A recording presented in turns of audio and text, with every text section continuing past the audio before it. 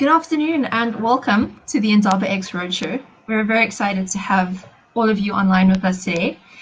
Thank you very much for joining. Before I introduce the events, I'd just like to cover a bit of housekeeping. Please just be mindful of all the different voices that we have with us today. So when using the comment section, please go wild, but just a quick reminder to be respectful of everyone here. So please make use of the comment section as well as ask a question to ask your questions. And then also in ask a question, you're also able to upvote your favorite questions so that there's more likely that more chance that they'll get answered. Then if you are struggling with the stream, please don't log out. We'd love to have you stay with us live, and Crowdcast does offer a compatibility mode. So in the bottom left corner of your screen, there's a get audio/video help option, and in there you can choose the compatibility mode. You'll just have a slightly delayed feed, but you'll still be able to catch the action as it happens.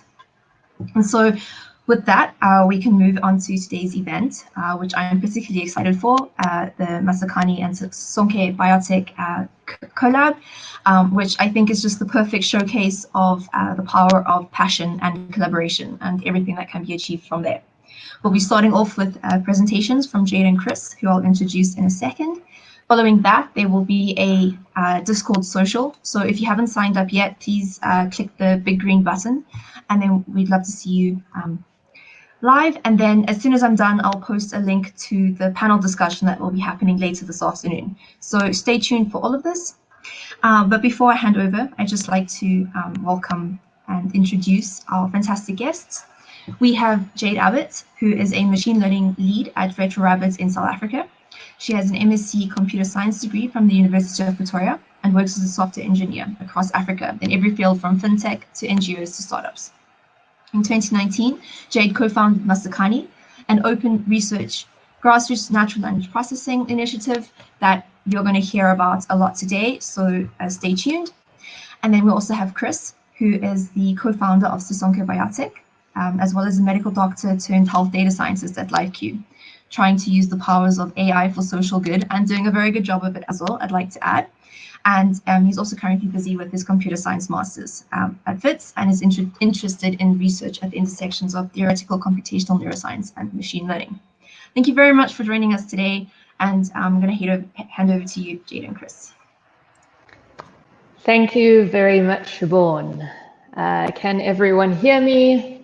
Just so you know, I have all you guys on my phone because I don't have a second device, so I'll be looking at chat over here. So if you have any comments or anything, or you want to get involved, or you want to just shout yay and have me react to that, then please post on chat. It should be quite exciting. So today we've got a very exciting program for you. So we're talking Grassroots AI, the unreasonable effectiveness of collaborative research, which is a little play on a very famous blog post. Kind of highlight of what we're going through today. So we're going to start off with a talk by myself, followed by a talk by Chris. I'm going to be outlining kind of the Masakhane, what it is, also do a bit of an overview of what grassroots movements exist in AI, what they are. And we've put together a checklist of the sort of things you need to consider when you're starting a movement. After that, I'm going to hand over to Chris, who is going to talk a bit about Sisonke Biotik and also, reflecting back on this checklist that we've put together, where they are. So we were founded in 2019. Sisonke Biotik was founded at the beginning of this year. So we're able to get like two ends of the story. So hopefully that gives everyone a full picture. We're then going to move over onto the Discord social, where we'll have a number of rooms hosted by a whole bunch of amazing people who are all part of various grassroots communities. And this is including, we've got a couple of social rooms to just find out about the movements, as well as ones about particular topics, and a games room and a dance floor by our very own DJ One, aka Wilhelmina, you may have met at various Indabas in the past. And lastly, we're having a collaborative research panel, which I will talk about a little bit later. Once again, reminder, it's on a separate link, but we'll post that all over the place so you get a view of it. So what is a grassroots AI movement? And particularly when we're thinking about this, what is it compared to other more traditional AI movements in terms of business, in terms of academia? And grassroots AI movements, I think one of the main things is, of course, they're from bottom up, but the goal is that they're trying to lower barriers to entry into AI or into various aspects of AI. They tend to be more collaborative, so it's large groups of people usually working together, doing a sort of activism to make things work. They tend to be more disciplinary, multidisciplinary, where we've got lots of people coming from very different backgrounds. They often aren't associated with a single university, such as a research group. They either are independent or very multi-institutional. At least in the movements I've seen, they've been extremely inclusive. The goal is inclusivity and bringing more people into the AI space that haven't been there before, as well as holistic. So they're not just looking at like one aspect of AI. They tend to see AI as a larger problem and address it that way, and kind of following on these kind of dealing with systemic issues. And one of the biggest things is that they're very much community focused. And so if we're looking at sort of the space of grassroots AI movements, I went and put together this little picture here, which I think is quite fun, and has a lot on it. So at the bottom, we've got, and kind of on the far left, we've got CERN and Santa Fe. So CERN being, the Large Hadron Collider rather, and everyone around that. So that was a large multi-institutional global initiative. It was still affiliated with kind of larger institutions, but it was just kind of it's a testament to what the scale of this kind of collaborative research can do. And if you do look at a number of CERN's papers, you'll see that sometimes they have hundreds of authors. Another group from the early days is a group called the Santa Fe Institute. So the Santa Fe Institute stemmed from the movement of kind of complexity science, and they are also very independent, very multidisciplinary, because they believe that that's how you can solve problems best. And the one thing I like to think about is if we go even further back, is I believe that the philosophy of Ubuntu lends itself well to kind of anything that's collaborative, because it's kind of built into the philosophy of Ubuntu. And so some of the early people in the space were Delta Analytics, Women in Machine Learning, and WMLDS, and kind of moving through to a lot of the Indabas, the Indizo, Data Science Africa, Nigeria, as well as kind of the other, what they call affinity groups. So these are Black in AI, Queer in AI, Latinx, WML, as I mentioned. And then kind of as we start moving towards, 2018, 2019, we see a little bit of a shift in some of the types of movements. So kind of early in the day, the movements that existed, or grassroots movements that existed, were largely around network building. They were largely around education. If we think about the Indaba, it's a place to meet people you might want to collaborate with one day. It's a place to learn. It's a place to make friends. And many of the earlier movements were just about bringing people into the right spaces and advocating for kind of inclusivity. Whereas as we move kind of into the groups that started a bit later, so with that being Masakhane, ML Collective, Big Science, Turkish Interlingua, and MLT, as they've kind of evolved as they've moved over, is one of the focuses becomes this idea of doing collaborative research. So how can we, as a group, one of our goals is to output research as a team. And so I really like this picture. Originally, I kind of put on inspiration lines. So I'd spoken to a number of the people who started many of these initiatives. And what became very clear very quickly is that everyone is kind of inspired by everyone else. So all the way from the beginning, if I'm looking at someone like ML Collective, Razan, who you'll meet later, was mentioning, oh yeah, Delta and MLT and WMLDS, they all inspired me. So this became very dense. And that kind of is a beautiful thing, right? So not only are these grassroots initiatives emerging, they're also highly interconnected. People who are part of one movement become leaders in the next one. So for example, we're going to talk about Masakhane. Masakhane directly was inspired by the deep learning Indaba and widening NLP, which are two of the groups that we have there. And since then, we've gone on a number of other initiatives that have cited us as their inspiration. So whether that be the Americas NLP, Sisonke, Big Science, ML Collective, have all cited Masakhane and contributing towards that. So I think this is quite a lovely picture. As I said, we're sort of going to be focusing today on the collaborative research side. So as much as all these grassroots movements are super necessary, today we're honing in on this kind of new age type of one, which is really focusing on how can we build research as a group. So I'm going to step back to kind of Masakhane and kind of inform everyone who doesn't know about Masakhane yet. And so Masakhane is trying to solve a problem, and the problem it's trying to solve is this one.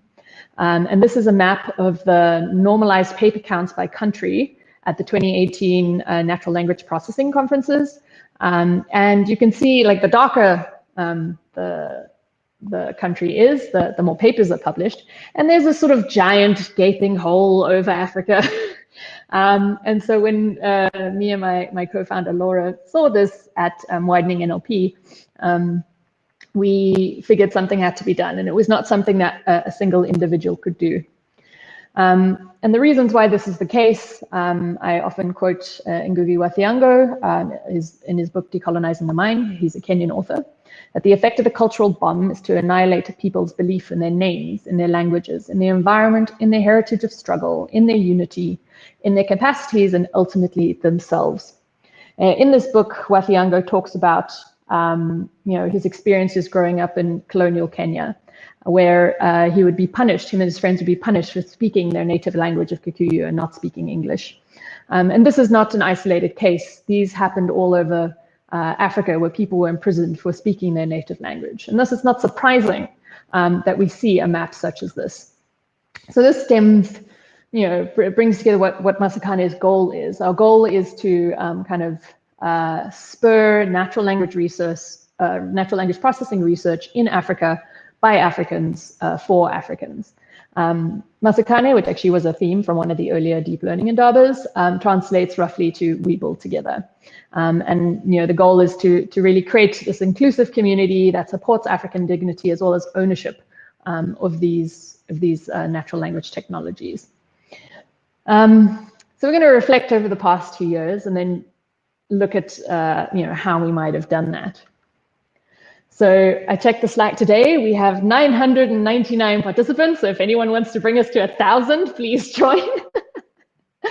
We've got members from over 35 African countries, as well as many other countries from around the world, over 40 African languages, over 40 GitHub contributors, and over 40 publications. We've also managed to pull off 2 conference workshops, the African NLP workshop, which happened at iClear 2 years ago, and last year at EMNLP. It was EACL rather. And kind of looking at like the community health, we've done a little bit of a survey of our members. We had about 120 respondents, and we can see that we've got a lot of people from the STEM fields, but also a significant portion from humanities, from business studies, and so this shows the kind of diversity of the people that we have. We also got a large number of languages spoken per member. I just thought that was fun and relevant because we're talking about African language processing. So it looks like most people can speak 2 or more languages, which is very cool, with a very wide distribution of them. And our gender representation, while still below 50%, is at least higher than many other places in tech, which tend to average around 11%. We've got a very active community. So this is our active members on Slack. And you can see it goes through ups and downs, but overall it's an upward trend. And we've sort of got around 80 very active members, and many more that are kind of participating in a passive fashion.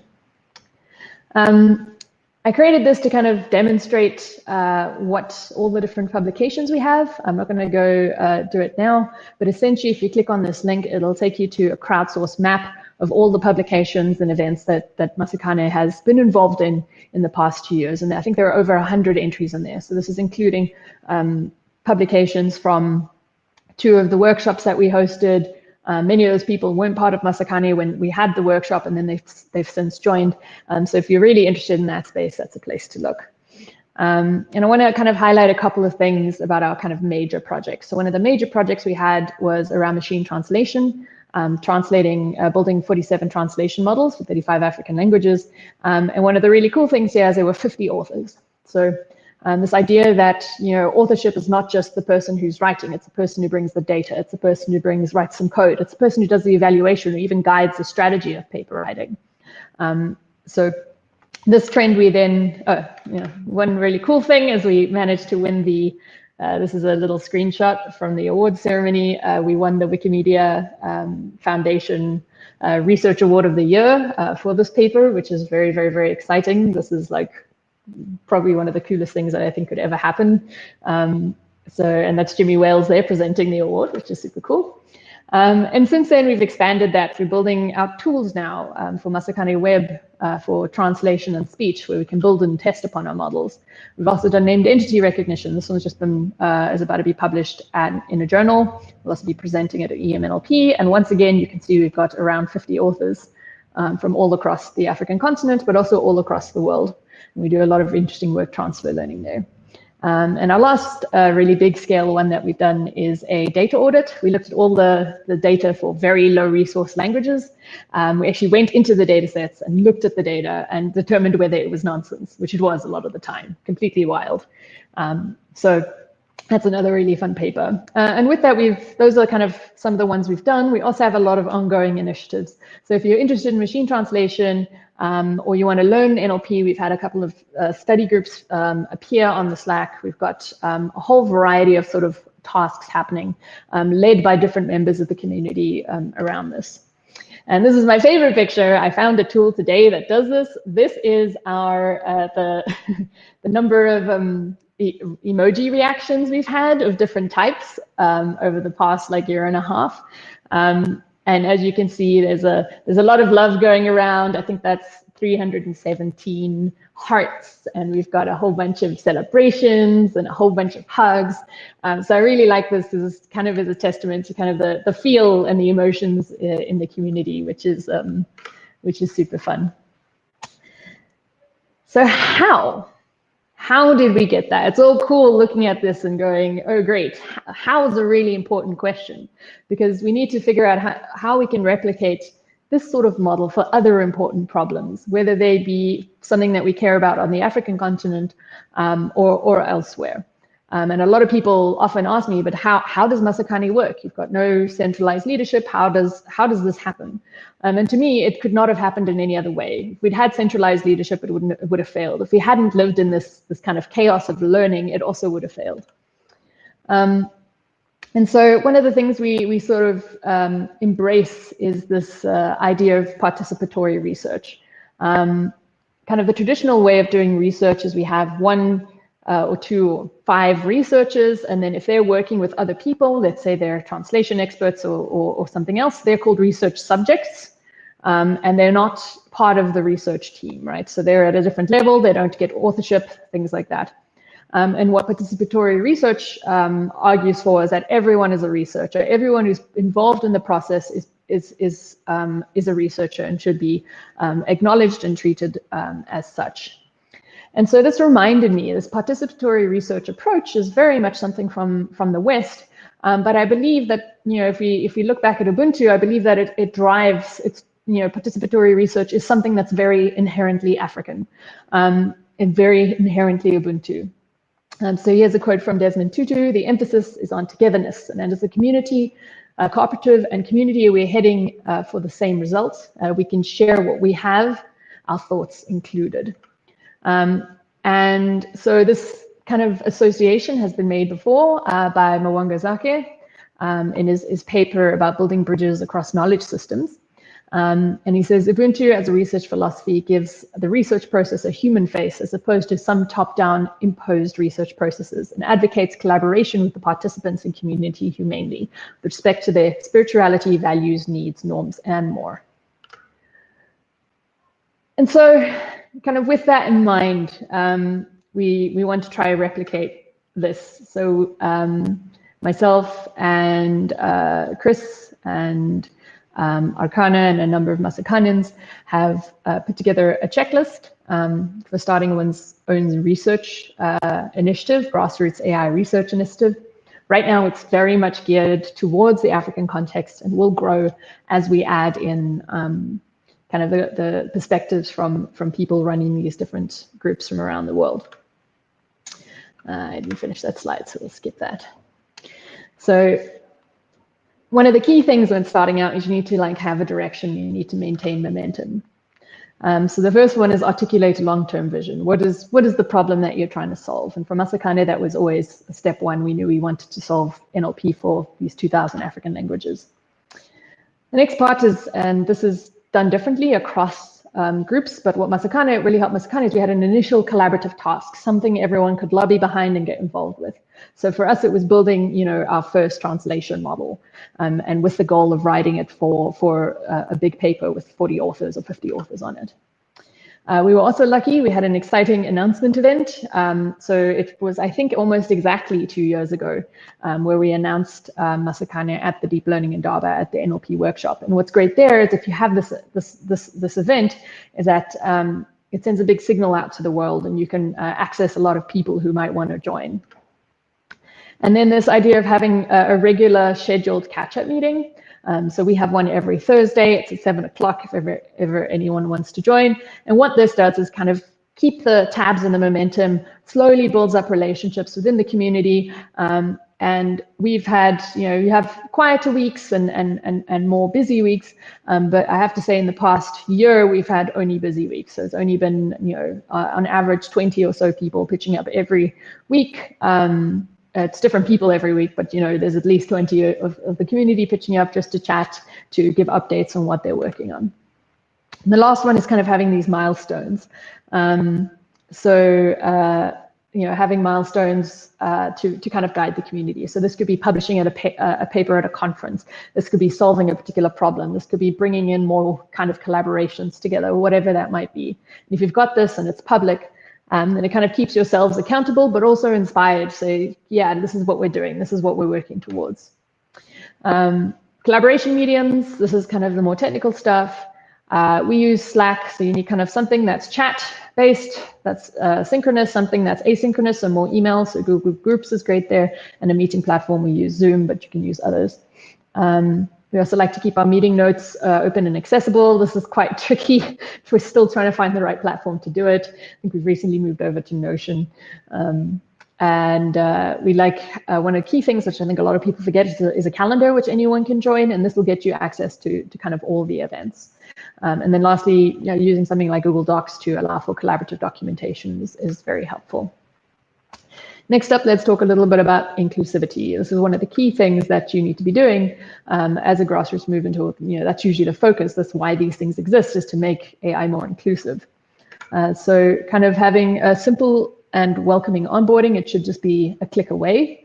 And this should also give some orientation for newcomers. So if you join our Slack, for instance, we have sent out a little intro. It says, hey, join these things. Here's some links you should know. If you feel lost, do this, and kind of give some encouragement to newcomers. You need to choose the platforms in terms of what people are familiar at. I always say go to people where they are. And so it's quite hard to onboard people who aren't used to being in the space of machine learning if they also now have to go learn GitHub in order to access meeting notes, so they have to sign up for that, as opposed to using like a very open form like a Google Doc. Always have a code of conduct. I don't think I need to talk too much about that, but always start with a code of conduct. So that should be the first thing you commit, is the code of conduct. And then kind of facilitating a peer and group mentorship culture. So unlike formal mentorship relationships where you might have a sort of long-term dedicated mentor, and that's quite hard because you've now got to make sure you've got the right relationship. You've got to make sure, it's quite dependent on people's availability. Alternatively, we make it a very public sort of initiative. So, everyone helps each other with different things. Peer mentorship is the idea that we can all help each other with other stuff. As a person who doesn't speak a particular language but has some AI knowledge, I can learn from someone who speaks the language and knows the culture, and we can share that information. So it's this idea that no one is necessarily the senior. Everyone helps everyone. And this is very evident in things that we see in the group. And we like to put explicit opportunities for idea sharing and feedback. So here, anyone can ask for feedback on their work. Anyone can share something within our weekly meeting.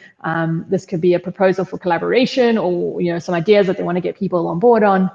Having space where you can do that is super important.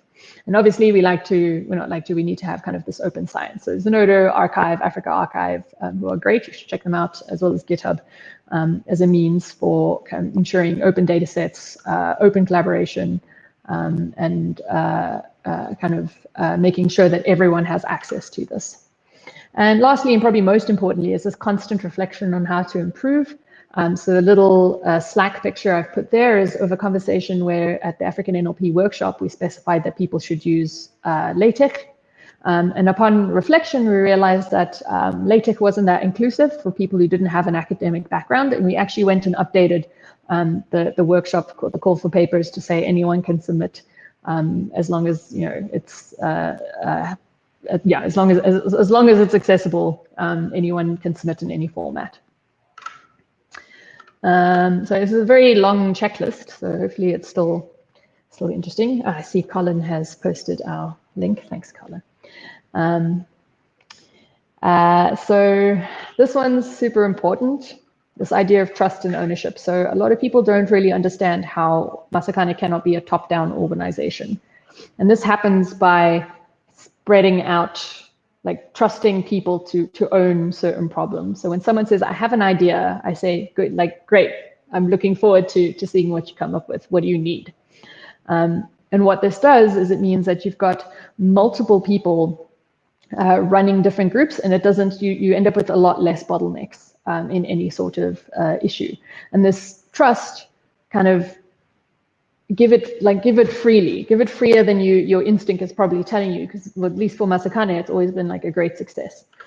This idea of redundancy in leadership, this means that if you're having lots of leaders who are able to all do, have access to admin on the Slack, or access to the Twitter account, or access to the cloud computer, whatever it might be, means that no single person becomes a bottleneck.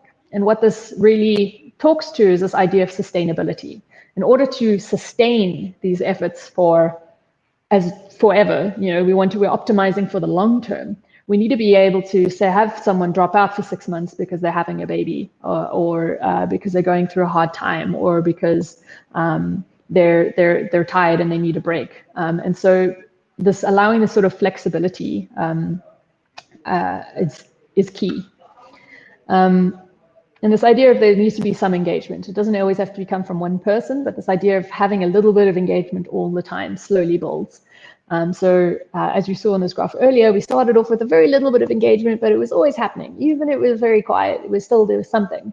And kind of come rain or shine at Masakhane, there will be a weekly meeting, because we have enough people who are happy to take and lead that meeting. And then, embracing emergent practices. So instead of having a prescriptive way of doing something, learn by experimentation. If someone has an idea, be like, great, go do it and let's see how it works. And lastly, kind of attributing to this flexibility, is having flexible deadlines. So, having a time commitment or a time requirement from each individual isn't helpful. We're working in a low resource environment. We all usually have jobs, we're students, we're doing a whole bunch of stuff. So, listening more to the community when you're forming deadlines, or making sure those deadlines adapt to people's availability and emotions is very important. Kind of lastly, I'm going to talk about community. And one of the big things that I think got me through 2020 was the Masakhane community. We were all stuck at home, but the one thing I knew I always had and could connect with people on was Masakhane. So this idea of kinship. So we've got a Masakhane playlist, which we all collaboratively put together and add songs to. People try and meet up when they're moving around the world. To try see each other, meet for the first time, because we've never met, we've been purely online.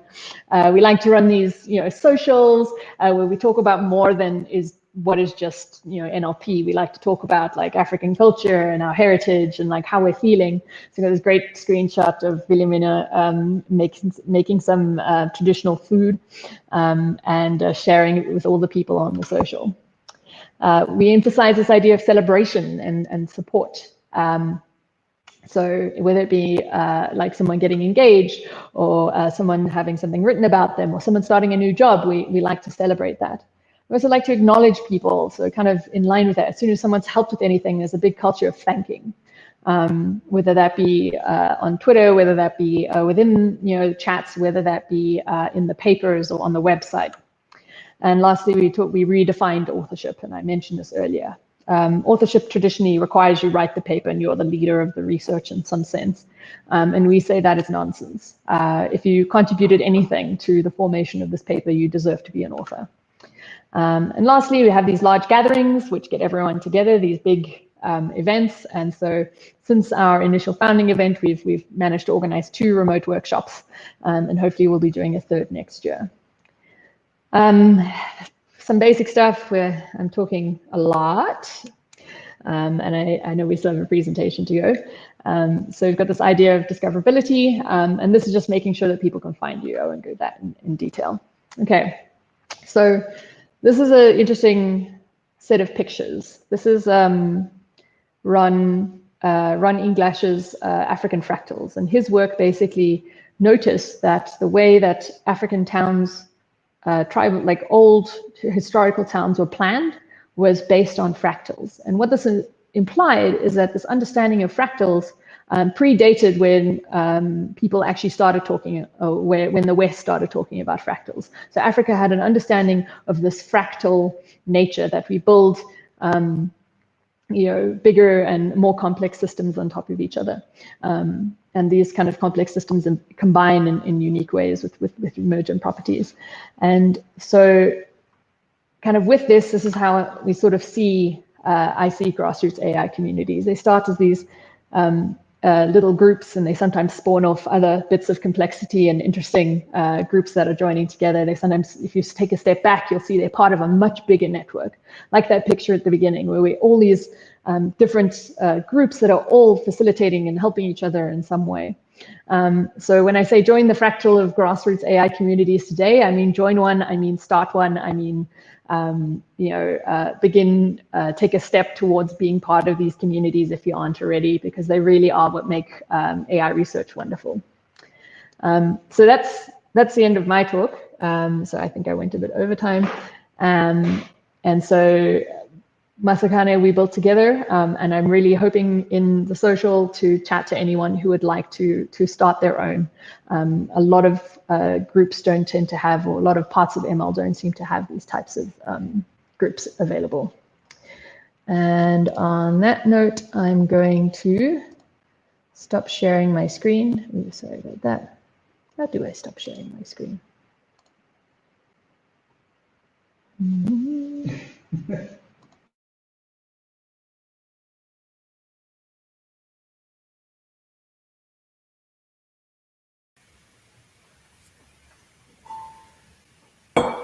Cool.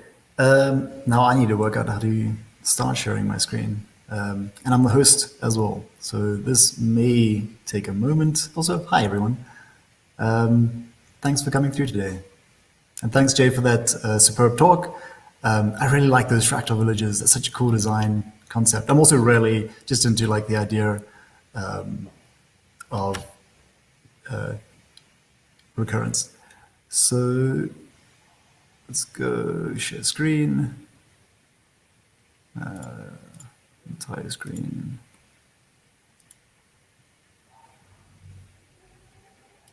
Awesome, awesome, awesome, awesome. Okay, I also don't have a second screen, so I'm going to be looking at the chat on my phone. Yeah, cool. Thanks again. Right, so Sisonke Biotik or Biotik, that Sisonke is together in Zulu, and you can pronounce the biotic as biotech or biotic, that is intentional there. The idea here was we looked at what Masakhane was doing, and we said we need something like this for the intersection of machine learning and healthcare in Africa. So we started about 5 months ago, and essentially, we just took the Masakhane model and we forked it in the literal sense, because when you have a GitHub repository, this is something that we can do. One of the great things about technology today. Right. So machine learning and healthcare. Now, these two things, I personally am just really big fans of. I think that they have so much potential to fix so much that's wrong in the world, and they're both very large industries across the globe. However, there exists this technical and social chasm between these two fields, in the sense that a lot of machine learning professionals and academics don't know a lot of the science in healthcare, and vice versa. People from healthcare background, they train 6-9 years at med school, but wouldn't be able to tell you the difference between supervised and unsupervised learning. And that's just the nature of being in different scientific fields.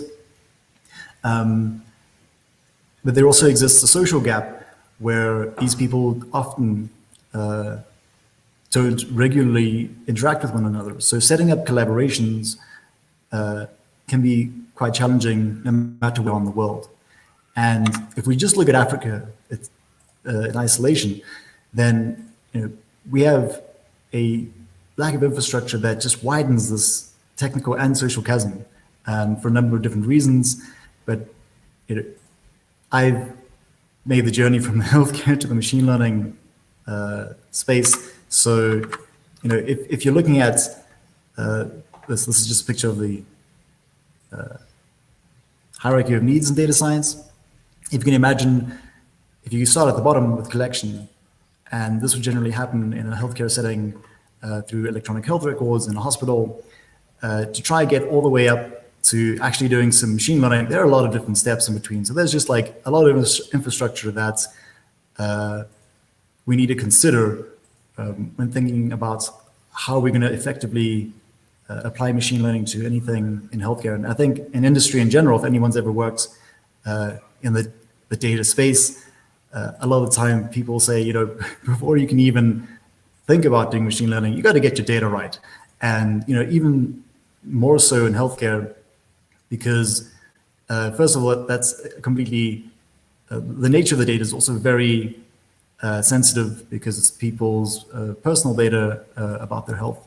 So another thing that happens, if you can imagine being in a context where it's lower resourced, and I've experienced this while doing my medical training in South African hospitals, you just don't have time to daydream about machine learning when you've got a patient line going out the door until like 3 a.m, which is actually something that I've witnessed before more than once. Yes. So, or if you're doing something ridiculous like doing a 36-hour surgery call, the first thing that you do when you get home is sleep for a day. You're not thinking about what is my reinforcement learning agent going to do in this grid world. So yeah, and as I mentioned before, trying to access relevant data is really hard. In healthcare, there's a lot of red tape, and that red tape's there to guard the patient interests, which is good, but it does make getting at the data extremely hard, and we don't. This again is exacerbated in Africa. So anyway, that's me trying to leap across the chasm from healthcare to machine learning. And what Sisonke Biotik aims to do is to close this gap by building a collaborative community to help address each of these different problems, to identify exactly what it is that's happening in healthcare, so that people who are building solutions in machine learning can build the right solutions. So yeah, with this in mind, myself and these lovely human beings here co-founded Sisonke Biotik in about April this year. It's a really great mix of both doctors, Benji and Brad and myself are doctors, and Jerry, Archie, Chris, and Nabil all have more machine learning backgrounds. However, Chris is a wizard of neuroscience, and also has a great deal of interest in healthcare. But right, just a quick little story about myself, my own journey, because I do think it's definitely was a journey for me getting from healthcare to machine learning, and I just use this to try and show that making this journey necessarily isn't as straightforward as that. So for instance, while I was at med school, I thought, hey, maybe I want to go do biomedical engineering. And there was definitely a time in like my third year where I was like, I'm just going to leave medicine to go do biomedical engineering. But then everyone in my life was kind of like, Chris, just finish your medical degree. So I did. And during that, I got really interested in neuroscience myself. Not so much the experimental side. I didn't really want to stick electrodes into monkeys' brains or anything. I really liked the idea of a model of a brain. And then, while I was on that journey, I got interested in health policy and student activism. So I headed up the South African Medical Students Association for some years, which also got me in touch with the International Federation of Medical Student Associations, the IFMSA, which is just a terrible acronym, but they do really cool work. It is a federation of, I think it's over 150 different countries. It's probably more than that. I don't know the exact numbers offhand, but that exposed me to a lot of global health policy, which I found really interesting. So I finished my medical degree, and then I, trying to find my way, decided to go do a second undergraduate. Never do this. I went to the, I was doing a general engineering degree. I did it only for about a year. I was at the University of Salzburg, so that's why there's a mountain there. It was a great experience, but I eventually decided to come back to South Africa, at which point I got involved with the Rail Lab at the University of the Witwatersrand. That's within the computer science department. And along the way there, I attended the computational neuroscience in BISO and the deep learning Indaba, which is a fantastic community of lovely human beings, which I guess I don't have to tell you guys because this is the IndabaX event. So now I'm working for a company called LiveQ, and I have fully transitioned to a sort of machine learning existence. Right, so bridging the gap can be quite twisty and turny, if that's the point I'm trying to make here. So what I'd like to chat to you guys today about is, starting an online grassroots community, our journey so far. If we are going to try and take this model that Masakhane has presented us, I just want to give you guys feedback on what that has been like, because they've been extremely, extremely successful. And that's quite something to try and live up to. But yeah, let's dive in. Like I said, we basically just forked the Masakhane repository because we believe in the same values and we want to achieve very similar goals, except just in the healthcare space and not the natural language processing space specifically. There are some considerations in there because I think Masakhane's focus is a lot more precise, whereas we're trying to encompass sort of all of machine learning and all of healthcare, which is something I'll probably mention more than once in this presentation. So our first talk was in April, and that kind of signifies when we got started. And then that brings us today, and how are we doing? And are we unreasonably effective yet? And I can tell you that the short answer to that is no. And a slightly longer answer to that is no, but hopefully soon. And I do really think that the community building advice and infrastructure that Masakhane has provided has given us a good starting point, or a better starting point than we could have had any other way. So just a quick comment on metrics, because Jade did put forward quite a few metrics around Masakhane. And when I came across this tweet, and I just quite enjoyed it, and some of the responses to it. And this is just around, if you could define a KPI for a healthy, inclusive, open source community, what would it be? The first tweet that showed up for me there that I really loved was 1 divided by the number of KPIs, and depending on how much experience you've had with KPIs, you may or may not find that funny. Another more grounded tweet was, or response to this is, for every different project, it's going to be a bit different. So, and then someone responded, who'd done a PhD in this space, and what I thought was quite funny there is, he just commented, it might be better to spend time on something else, and then sort of build the community instead of trying to assess it at every point. However, with that in mind, here's another blog post that got turned into a paper by Rachel Thomas, and it talks about the problem of metrics in AI, but I do think that this translates more generally to metrics, and some of the highlights from that is we can't always measure the things that matter most. Metrics can and will be gained, and metrics tend to overemphasize the short-term concerns. And I mention this just so that if at any point after this talk anyone wants to go forward and start their own grassroots community, not to get disheartened if you don't have the same explosive growth as Masakhane, because there's a lot that I think happens in between these metrics that can't be measured. And that's just important to remember. So metrics are useful. And here's a quote on the topic of that. And it emphasizes just to make sure that you have the proper context in place, because it does help us describe the world around us. And if we want to talk about anything, being able to describe stuff is a good first step.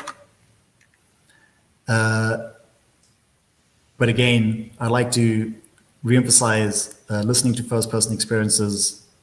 If you are in the space of starting a grassroots community, is also really important. So yeah, in terms of models that I've come across recently that I think also help, that propose talking about metrics, I actually got from that tweet. This I found really interesting. They call it the orbit model. What I really liked about this is it helps the community think about itself. So I'm not sure if you can see my mouse cursor there, but when someone joins the community, they join at like various levels. Some people are interested in different things. So some people just want to explore, some people want to participate, some people are really interested in contributing. And then you have this core team that's very active in building out that community. And like you'll see for Masakhane, they have 999 people on the Slack, but not all of them are part of this core team. They're at various levels of this, like these orbits, and that's fine. And every community, I think, of this in some way, shape, or form.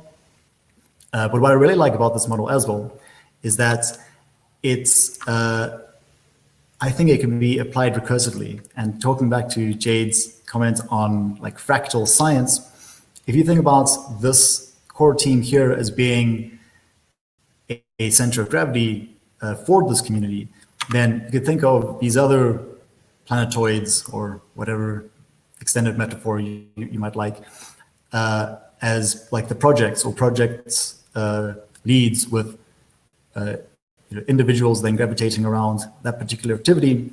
And I think that's a really important thing to think about when considering building these communities.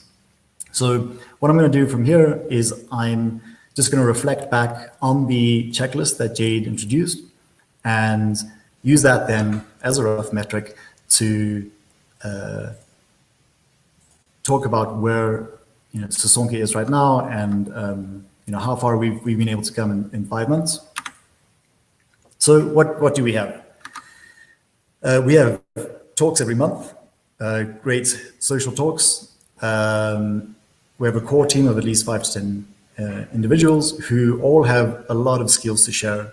And I like to just reemphasize that, like the people that we have on board, I think are some of the best people in that one could hope for a community like this, that just have a great mix of both machine learning and healthcare experience.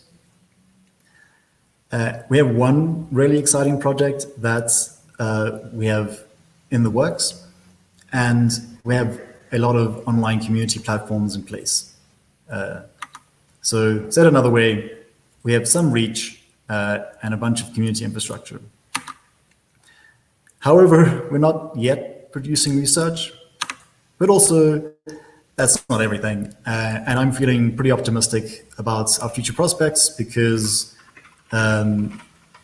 interacting with the community regularly myself, I can see the enthusiasm and drive from the individuals who are involved.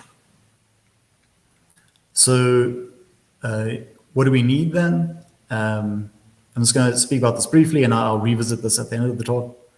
And that's, what do we need to try and approach what Masakhane is achieving? The two things there, just to say it like upfront, are more amplifying events like this IndabaX talk, and project leads. And again, this is just what I think. I'd be really interested to hear everyone else's thoughts on this, as well as from our panelists today, because they all have experience in developing these kind of communities. But at this point, yeah, these are just my thoughts on it. And again, as I mentioned earlier, I think for us at this point, having more project leads will help us set up these other centers of gravity to get more activity in the community, because at the moment, the core group of people that are there, the 5 to 10 of us, are really strapped for time. We're all very busy people. So having other individuals there who are able to drive their own, essentially like small communities within Sisonke Biotik and their own small projects is what I think we need to grow, because we can offer a lot of advice and mentorship in that way to those individuals.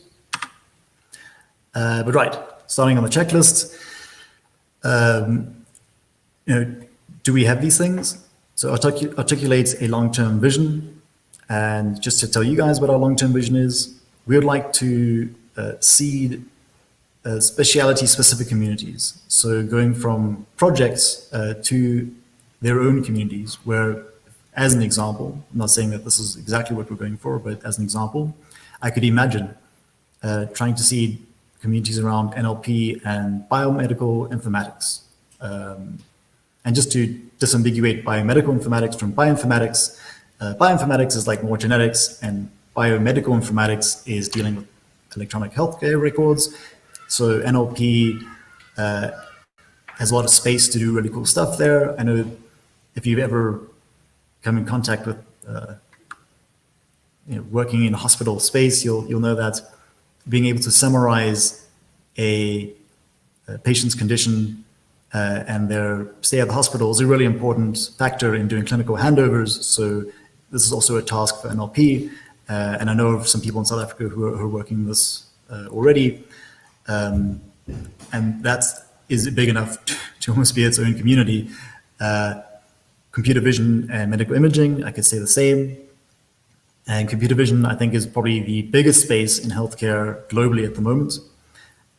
Or you could think of something like machine learning and public health, something that I'm particularly passionate about. Otherwise, some of the other long-term visions, the goals that we have are, we'd also like to do, or aim to do, large collaborative publications. We'd like to lower the barrier to entry to do impactful machine learning healthcare research, enable research that was not previously feasible, and also provide a resourcing pipeline for both labs and industry, because it's very hard to find people in the space of machine learning and healthcare. But if people knew that at the end of this pipeline there were opportunities, I think a lot more people would invest time and effort into upskilling in those spaces and having life plans around those spaces. An initial collaborative task.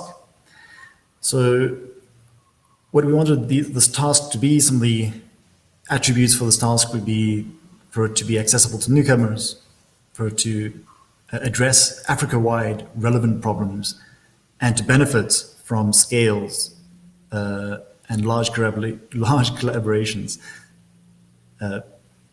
Because I think that goes hand in hand with what we're trying to achieve with this community.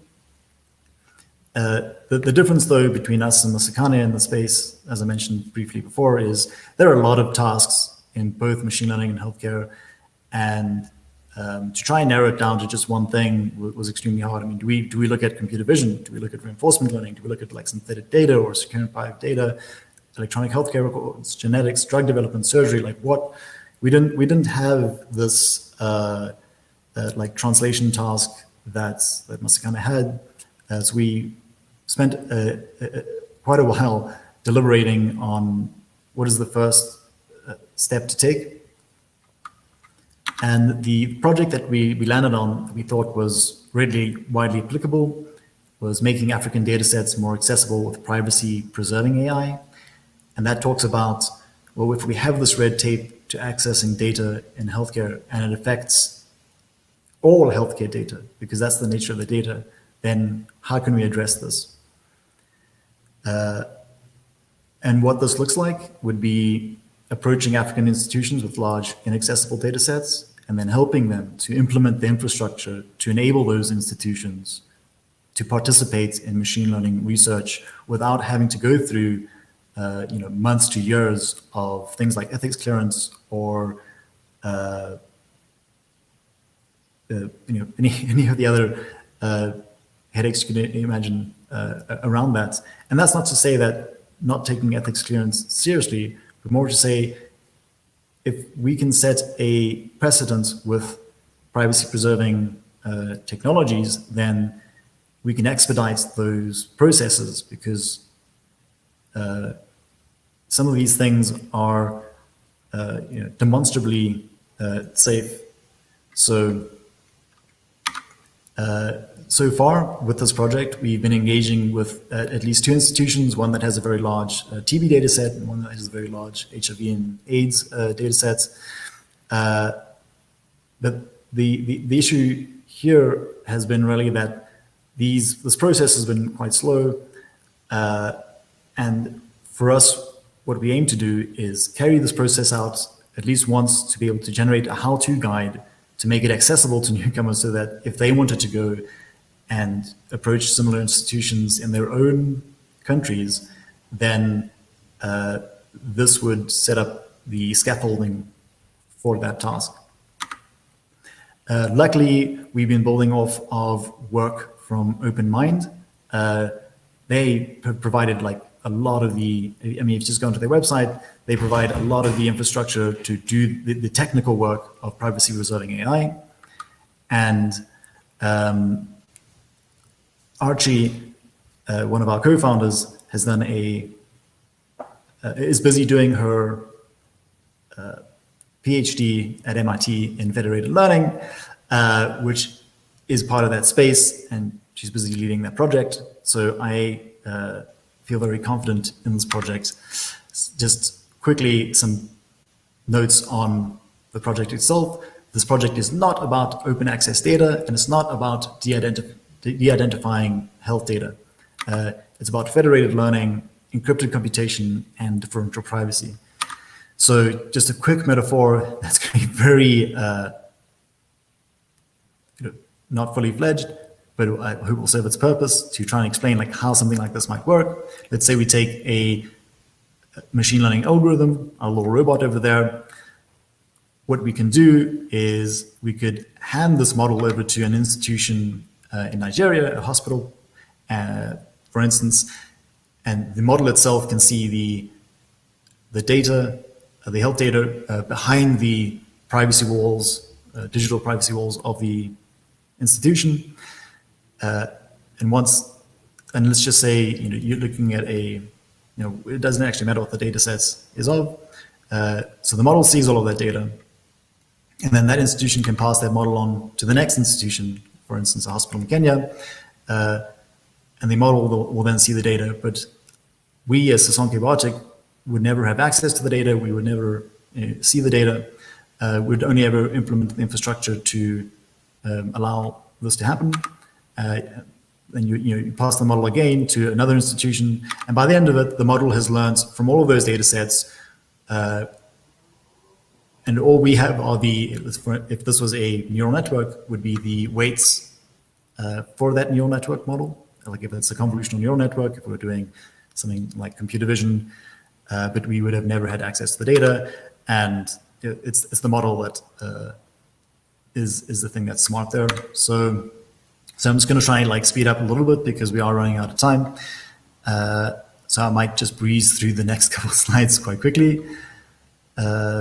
So in terms of existing exciting initial announcement events, I also think of them as signal amplifying events.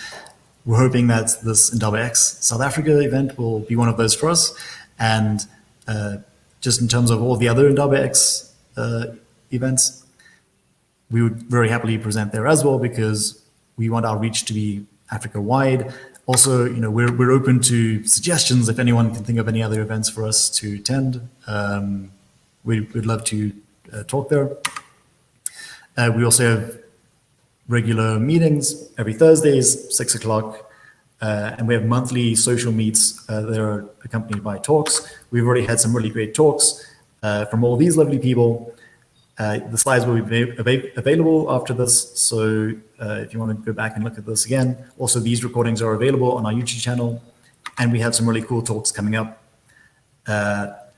in the next couple of months. So if these look interesting to you, please stop by. Milestones, we'll get there. Synchronous communications, we're using Discord, mailing lists, Twitter. Our meeting platform is also quite familiar. Meeting notes, we could do better there. We do have calendar events. And again, this is just the checklist, so I'm going to go quite quickly here. Yeah, so simple and welcoming onboarding. We could probably do better. The code of conduct, we just forked straight from Masakhane, because again, we believe in the same set of values.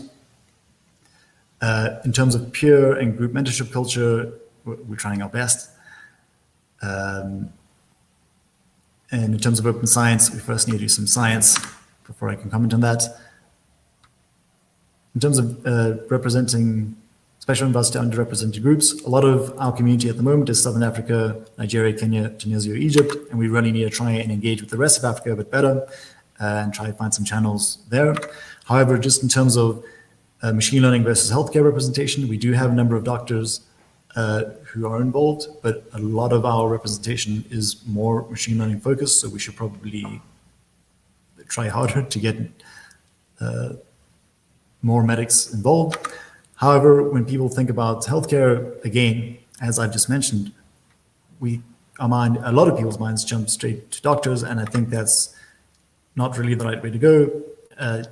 My comment there is just a lot of the people who are interested in this are also just radiologists, because I think that's the medical imaging angle. But we should also think about the allied health professionals, and I also don't really like the allied health professionals as a term, because it just bundles up so many diverse professions: nurses, physiotherapists, occupational therapists, radiologists, radiographers, phlebotomists, and medical device technicians. So, yeah. Anyway, so the patients are a group that we should probably consider as well if we're building tools for them. Students, academics, industry professionals. Again, I've just been told I'm like 20 minutes over time, so I am just going to jump through this to bits that are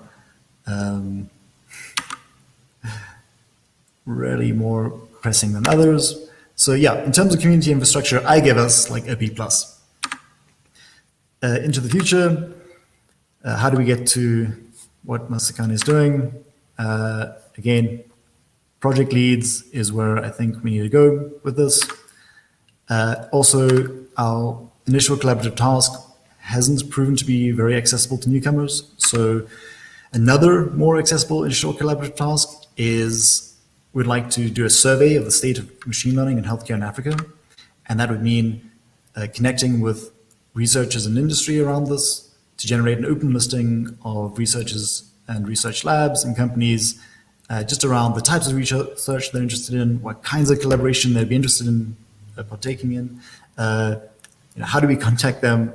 If they're looking to recruit anyone, what are some of their problems and successes? Now, out of this, we want to get like an actual online listing that's practical to use, but also would like to try and get a publication out of it because, again, the research, this is a research community. We would like a project lead for this. If anyone here is interested in this and would like to get involved, please come to our weekly meetings. You're also welcome to directly message me. I'm on the Discord. Hit me up. Otherwise, other tasks would be collaborative paper writing. I can get too much into that. Mentorship, we're doing short transactional peer mentorship, so 2 to 6 week commitments. And that can be around like personal projects, like applications to institutions, paper writing, coding, and then whether you're coming from healthcare to machine learning to healthcare, everyone's welcome. So yeah, thank you, and we're going to head off into the social rooms right now. That's what they look like on the group Discord. Just head over, you'll see there's this like drop-down menu, and jump into anyone that like appeals to you. And also don't forget that this is going to be the link for the panel a little bit later. And yeah, thanks everyone. This has been fun. I'll see you in the social rooms.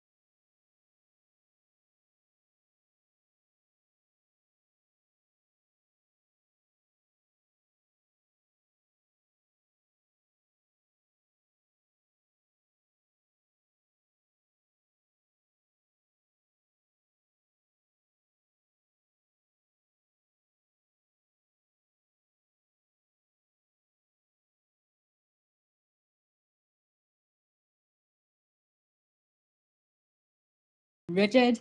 There are classes, there's papers you have to publish, everything's quite rigid. We are all going for flexibility. So you enter, you publish one paper, maybe that's it, or maybe you stay with us for 10 years and publish 100 papers. Then we love to see that. So it's about flexibility, about nonprofit research under just donations, and about helping each other. Cool.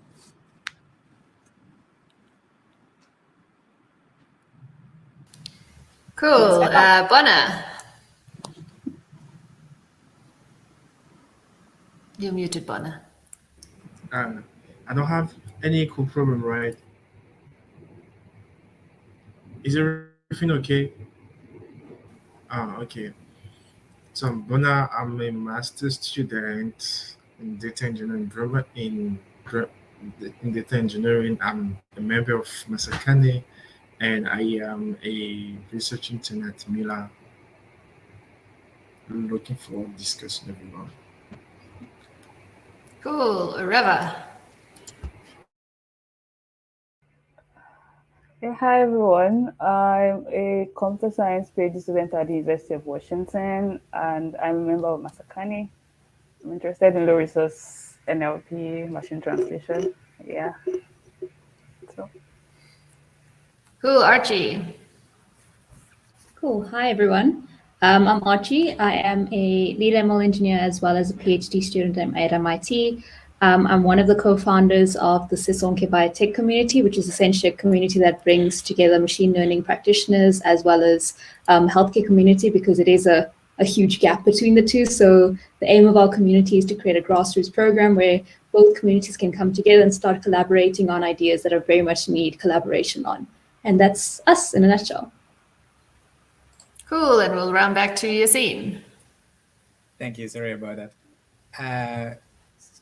I'm still having it. It's all right. So I'm here with two hats for like community-ish things, as Hugging Face, which hopefully some of you know, which is an open source project, so really thrives on community. And the other thing we started this year, it's still this year, yeah, January 2021, is this big science project, which is currently a 600 people collaborative research workshop, trying to answer questions about very big large language models. And it's very loosely organized, which allows us to work with lots of cool people, and supported by a big compute grant, which is basically the best resource we have. And everything is like people volunteering time. Amazing. Thank you, panel, for joining us. I also want to encourage everyone in the audience to ask questions. There's an ask a question function if you'd like to use that, or you can just ask a question in the chat. Because at the end, we're going to have a little question Q&A session. So any questions you might have for this wonderful panel, please ask away. Yassine, and actually let me start with Razan. So you've mentioned MLC or ML Collective. I've always been quite enjoyed your rant about why you started MLC. Maybe you could like share that with everyone. Yeah, sure. So it's quite personal. I think that's why you like it, Jade. It's a personal story of failing to get a job for myself, and realizing when you can't get a job, when I was going for a job, I was going for research scientist, and you realize like they are looking for all these stuff and I don't have all that things. That's usually why there's a mismatch. And usually what people do is they improve themselves and to match that job description, whether you need to be really excel at coding. So you do like coding exercise for a year or something, and then you need a bunch of papers. So you sort of prepared your paper publishing process. If you're not there yet, you prepare that either with another job or just by yourself. So I realized this like things they're looking for that I don't have, but I was really frustrated. I don't think they're asking for the right things. So instead of sort of changing myself to fit the job descriptions out there, which by the way, just very monotonic. Every single place hiring research scientists are hiring one type of person. There's no diversity at all. So instead of doing like fitting myself to fit that model, I sort of like started out of frustration, started ML Collective, where I am a perfect candidate for this job. sort of like creating a job for myself because I am just so tired and frustrated trying to fit myself into like their carved out job descriptions. Yeah, and I think you raised such a good point, is that so often these carved out job descriptions are so inaccessible, and they're particularly inaccessible to people on the continent. And as part of Masakhane, one of the things is like, cool, how can we boost your publication count? Because like that's how you get accepted into a PhD or how you get accepted into a job. Yeah, it's so much more than just, publication counts though. They count publication. You have to be first author for like how many papers? Like they don't say it in the job description, but it's all that I don't agree with. Do you think any of that is slowly changing? I hope MLC and all the other communities are helping change that, but I don't know for sure. Yeah, I hope as a group we can change things by just making a big enough group of people who care about this. Areva, kind of, actually, I don't know if anyone has any. I seem to be slowing down. Can everyone still hear me? Okay, yeah, everyone's videos just became very paused. So, Areva, you've recently been applying to a PhD. What has that been like? Can you hear me? Well, I would say it was very demanding, primarily because my background was in marine sciences. So I did my undergraduate in marine sciences. But I used to work at InstaDeep as a research engineer. So that kind of gave me more research experience. Yeah, but I would say I was pretty scared. Yeah, because of my background. Yeah. But I think one of the things that helped me was like narrowing my research interests. So just knowing what I wanted to work on, which is low resource NLP, machine translation. Yeah, so I applied to like a lot of schools and I had to reach out to a lot of prospective supervisors. I got a couple of acceptances into like great schools. Yeah, but it was a lot of work. It was a lot of work actually. I would say I don't know, sometimes I like to think that I was lucky. I don't know. I wouldn't say there was anything special about my profile, to be honest. I don't know, but it was demanding, but at the end of the day, it paid off. Yeah. So I would probably just say some of the things that helped me was my work experience. To be honest, my work experience and my previous collaborations with Masakhane, my work on low resource translation, and yeah, just being able to talk about my research interest in my statement of purpose. I was very keen on like just letting whoever was going to read it just know that this is what I want to do. So I was able to like outline everything, like properly every single thing that I wanted to work on. I don't know if Jade is still here. I think we might have lost Jade. Jade disappeared. She ghosted. That's fantastic. Oops. Your scene is gone. Oh, who's going to be next? Disappearing. Are we getting kicked out one after another? Okay, they're coming back. Okay. Maybe let's just have the conversation. So actually, when you're talking, Areva, one thing that came up in my mind was, are you seeing a difference between studying and like when you were working? Have you seen a big difference in that? Yeah. So well, I'm just starting, but I believe that studying, doing a PhD is going to give me more time, more flexibility and more resources, mentorship to actually work on like low resource NLP. Yeah. So it's going to give me more time, more flexibility, yeah, more freedom to like work on, yeah, like my research interests. That's cool. And have you like found that the interest that you've picked is the one that you're willing to stick with for a long time? Yeah, well, long time. Yeah, I guess. Yeah. So currently, I'm interested in like bridging the gap between high resource and low resource languages. And I believe that like there are a lot of things that come into play, like good representation learning, domain adaptation, and model compression, which I recently developed interest in. Yeah, so like all of these are just under like one single umbrella of like bridging like the gap between low resource and high resource languages for me. Yeah, so I plan to just like take it step by step, one at a time, or find a way to like just combine like each of these singular fields in like machine learning. Yeah. Have you all found like, so I don't know, with me, when I'm doing my studies, I'm doing my working, and I'm doing the community stuff at the same time, but I've found there's more creative discussions within the grassroots community as opposed to like the studies and the work side. Are you guys experiencing the same thing on your ends? Definitely. So when we started, I had this model in my head that so a Mlc collective has to be big, but also has to be small. So we have a community that anyone can join. That's the way to get it big. So there's gatekeeping. And then there's a smaller one. I seek out the researchers that I think that are high profile that I want to work with or that are committed, and I create this what I call lab. And in my head, I always thought like lab is the essential part of MLC, like because it's it's the more traditional. It's like we know how to run it. But as time goes on, turns out the community, this open community becomes, I'm not saying lab people are not performing well. So if there are any lab people in the audience, I'm not saying that.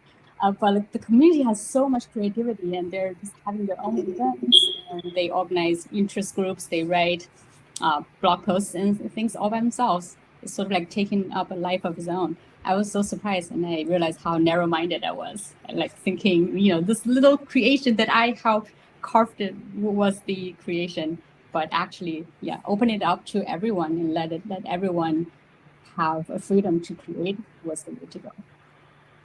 However, I have a question. Before you jump into your PhD, how long? Because you said you have industrial experience, like work experience, right? So how long have you been working after your master's or bachelor? I mean, I don't know if you got your master's. Yeah, so I don't have a master's yet.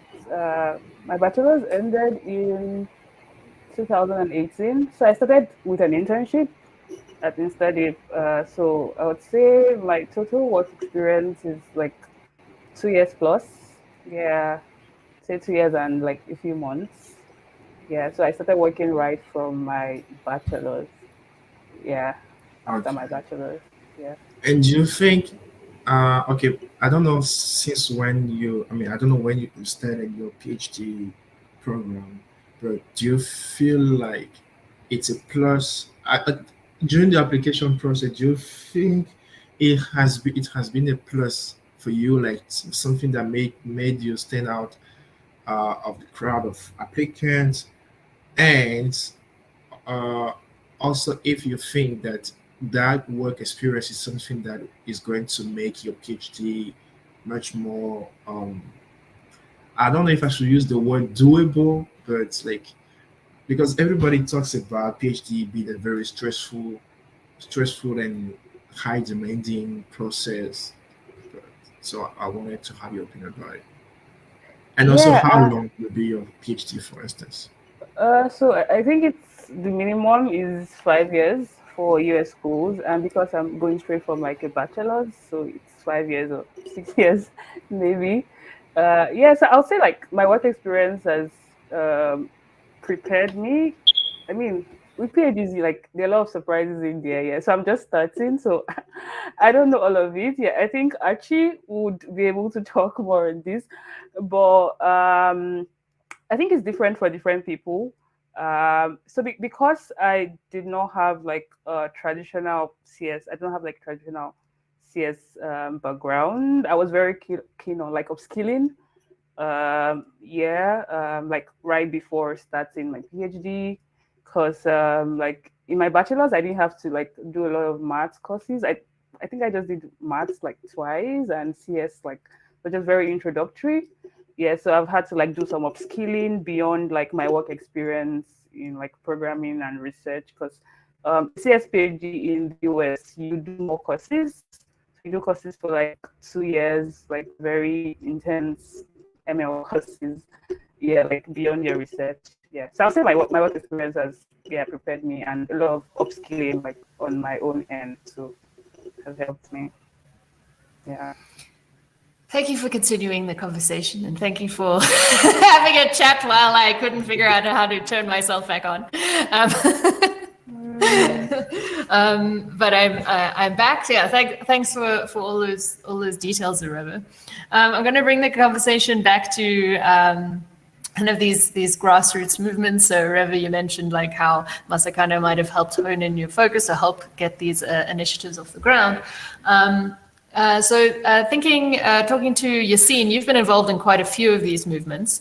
So Hugging Face being kind of the more open source one. You also are now helping organize Big Science, and you're also part of Masakhane. What are sort of the key features that are jumping out to you about these movements that keeps them running? Yeah, I mean, you've already covered a lot of the common grounds between the three in terms of like having specific purposes, having good communications is already good. A lot of the skills are, just like being a good human being and thinking about who you're doing it for, mostly. And adapting how you present the things to who you want to bring in, right? Because if you present your goal with the vocabulary that you have and that you're used to, then you're going to get more people that are like you. And that's not really what you want for those projects. There's been a lot of difference depending on the time scale of the projects also, because I know that with Hugging Face, we tend to do like some things that are more limited in time. So it means that like you need to have a good like things to follow preparation, and Big Science and Masakhane are on the other end when it's like, you just have to figure out what your organization is like month to month and what has changed and what are the new goals, and make sure that everybody knows about it and that everybody like communicates about how they feel about the changes.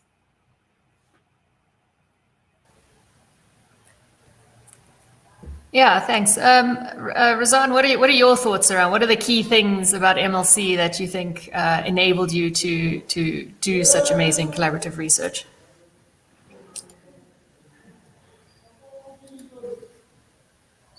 Was events.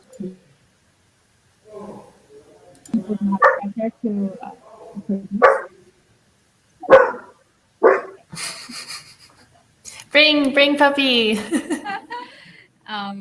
Yeah, well, the same way like Grassroots are organized, right? You need so people are sort of like doing their own thing offline, but then you have group meetings where they have to present, and that pressure itself is sort of like setting up why they're producing stuff. They got anxious right before, a week before, or they hated like the day before, but then once they present the results, it's always help their research progress a little bit. So it's the same idea. We have events or like live meetings where people have to join, they sign up for presentation, they're committed to it.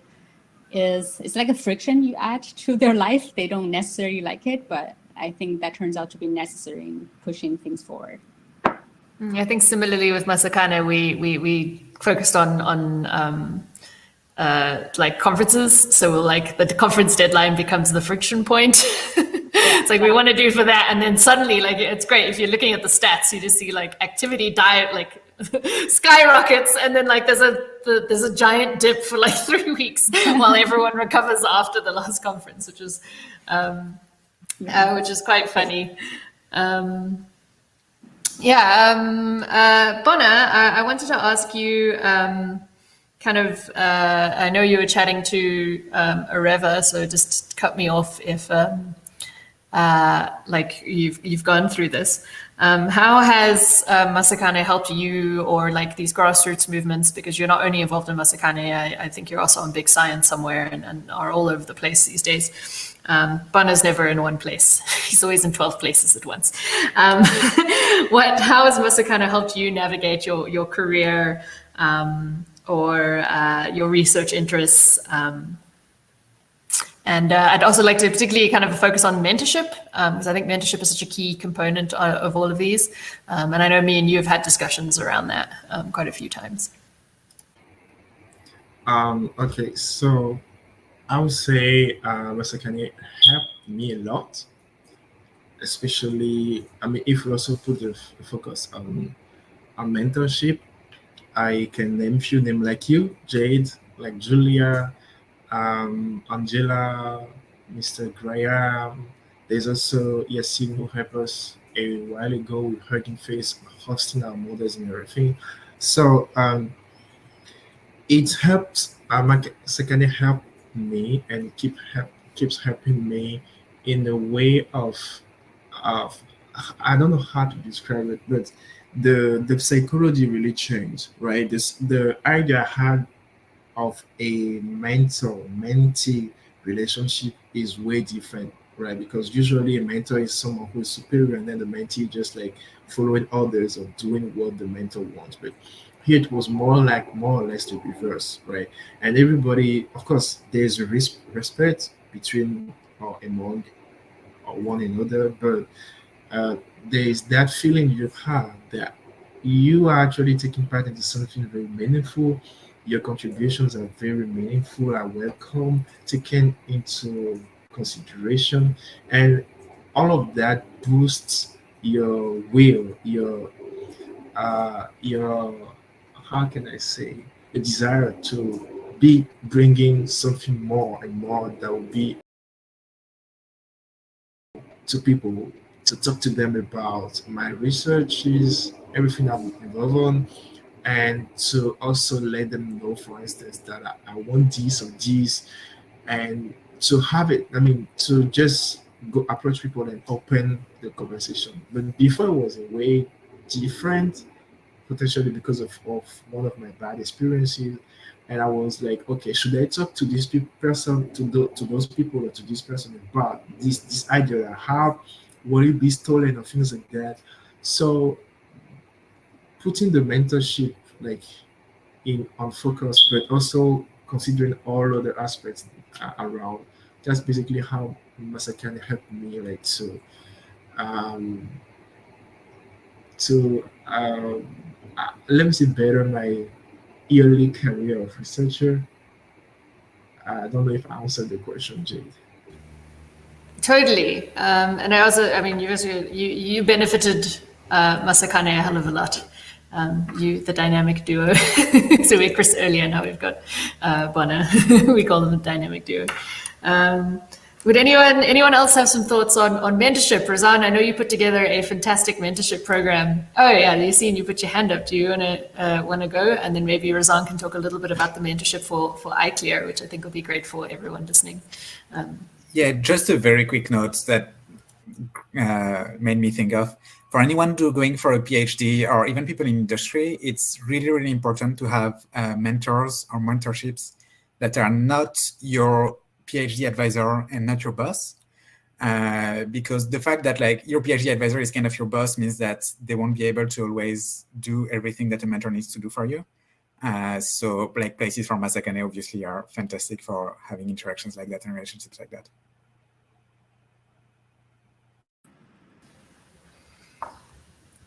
Razan, your thoughts on mentorship, and maybe talk a little bit about the iClear mentorship program.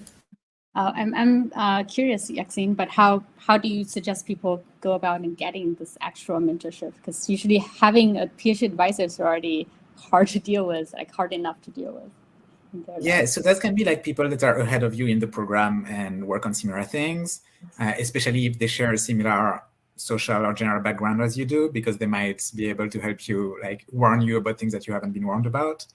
Or will be able to, like when it's time to like look for a job, your PhD advisor is already trained to place all of their students. So having like other people that are advocating for you is super important. And like, yeah. So these other people, are you imagining just like a more senior student, or are you imagining a professor from another school? Like what's the level of seniority that you're imagining? I know for me it's been both, really. Because different people, that's also the thing, right? Different like mentors bring different experiences and bring different things that they can talk to you about. So yeah, and cool. The more the merrier, always, the more the better. Yeah, thanks for answering that, because I always feel like painful around this word mentors or mentorship because it's just so strict. And I feel like when I talk to people, a lot of people that are qualified to be the so-called mentors, they don't want to call themselves mentors because they might be a fourth-year PhD student. They're like, am I a mentor? I'm only a student. And they might be a new postdoc. They might be someone who's really good at something, but they're not even in academics. So which is why in MLC, I try to just call everyone collaborators. And I tell them that some of you are more experienced. Some of you are more academic. You're doing much better. We all can learn from each other. But like giving people a name mentor, first of all, is very reductive. Like most people shy away from calling themselves mentors. Another group of people maybe are not qualified, but they want to use the title. It's just this like a mismatch between their own perception of themselves and the title. And secondly, you're just like missing this big middle ground people that are really good. They don't feel like they can be taking that title, but we really want to use their ability actually more than this like high profile people who are never having time. They're just super busy all the time. And then third is, what was the third one I was trying to say? Another downside of calling mentors, is you scare people away because when people are thinking about, okay, I'm going to be a mentor of this person, it sounds like I'm going to take responsibility of his or her whole happiness or growth and career trajectory. And if I'm not his direct PhD advisor, it's just like a lot to take on.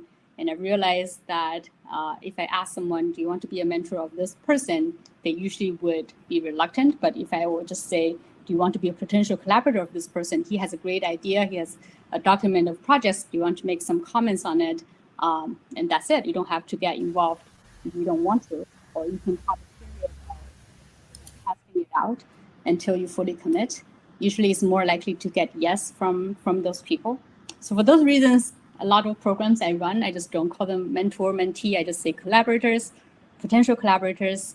We all work together. There's no commitment in the beginning. In the beginning, we just look at each other's documents, making comments, and slowly the relationship would evolve.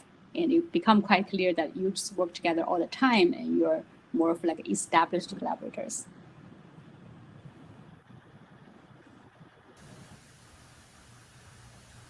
I think that's a great way to look at. Yeah, sorry. Oh no, go for it.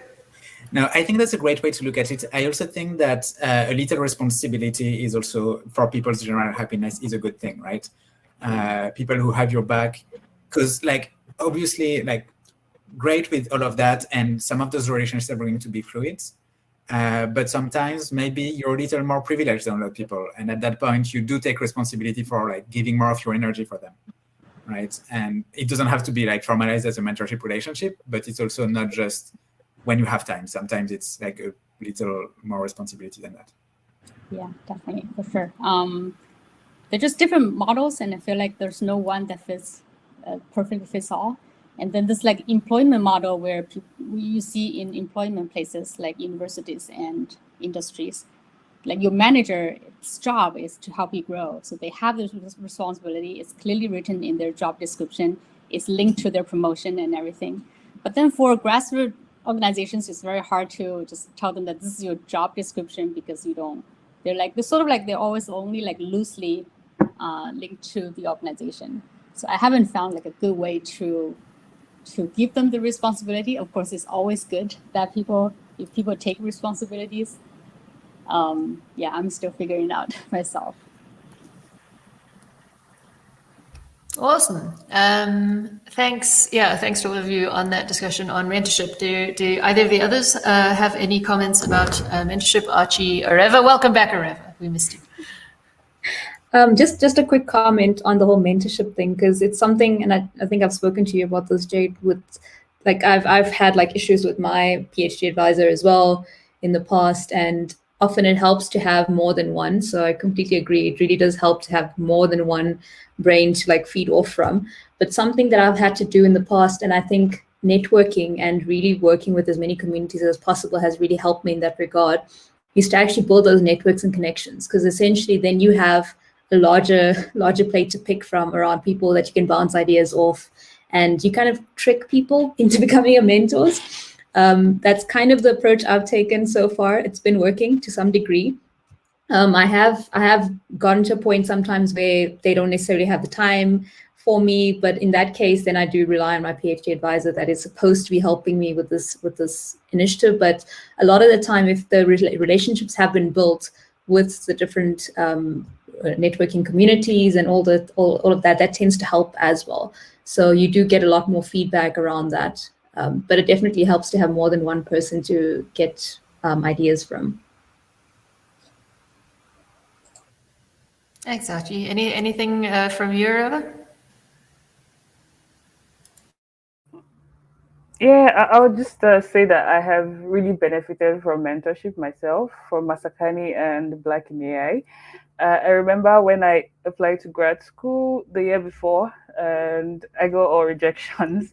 Yeah, so I had a grad mentor from Black in AI that still followed through into the last year, and yeah, he was very helpful with almost everything, my application materials and all that. And then for Masakhane, for research, yeah, I like that they're always people that you can reach out to. And usually I feel like mentorship starts unofficially. It could just be like a project, like I have an idea, what do you think about it? And then you follow up with like your progress on some work, and the senior person is interested in following through with you.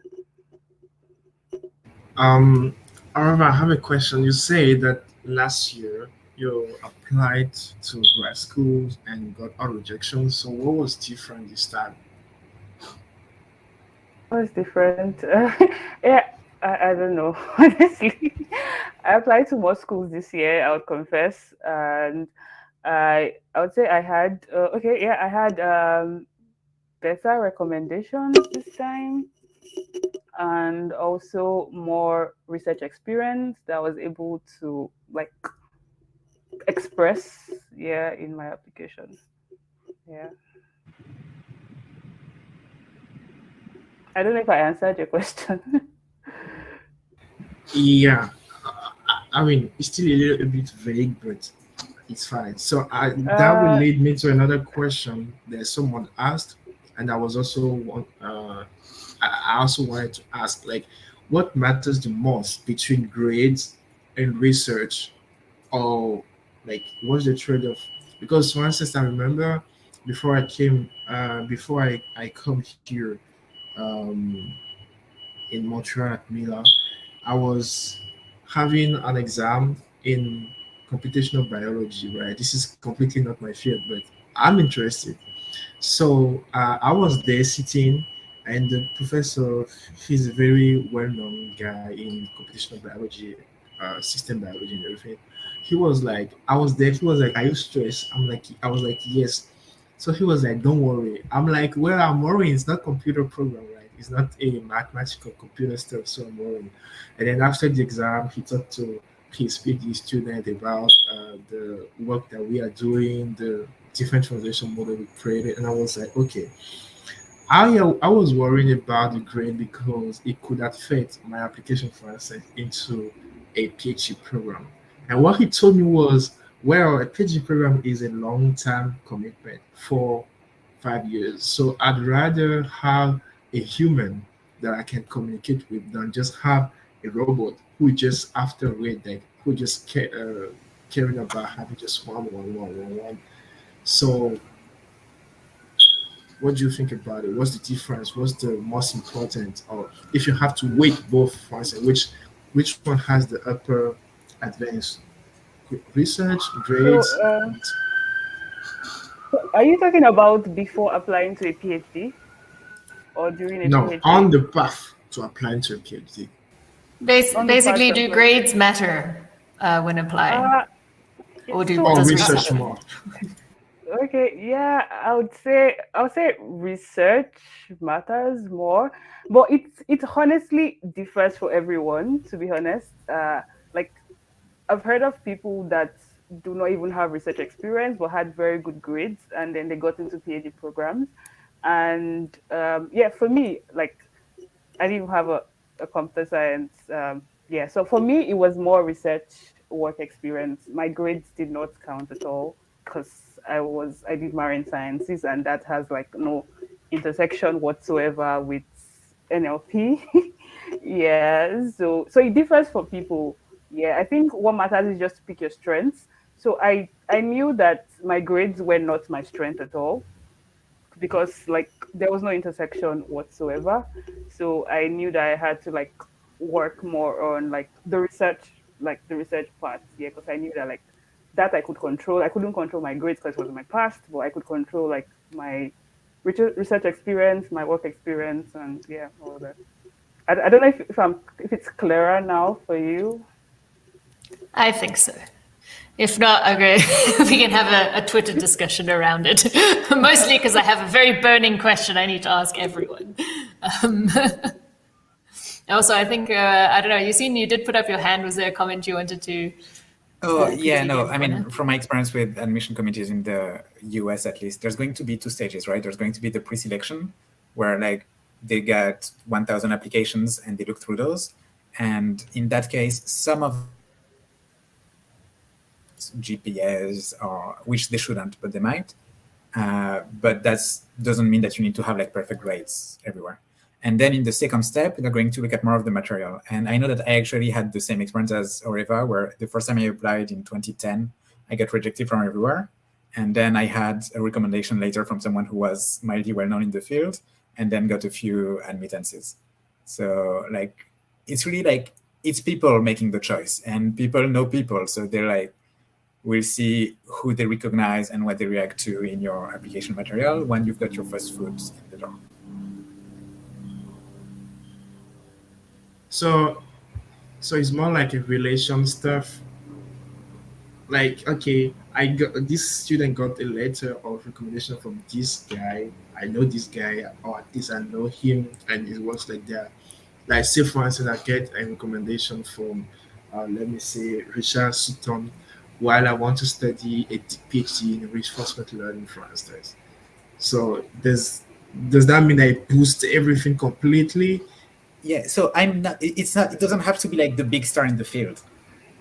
It's just like knowing someone who they can put a face to, right? And then the quality of the recommendation that they write for you.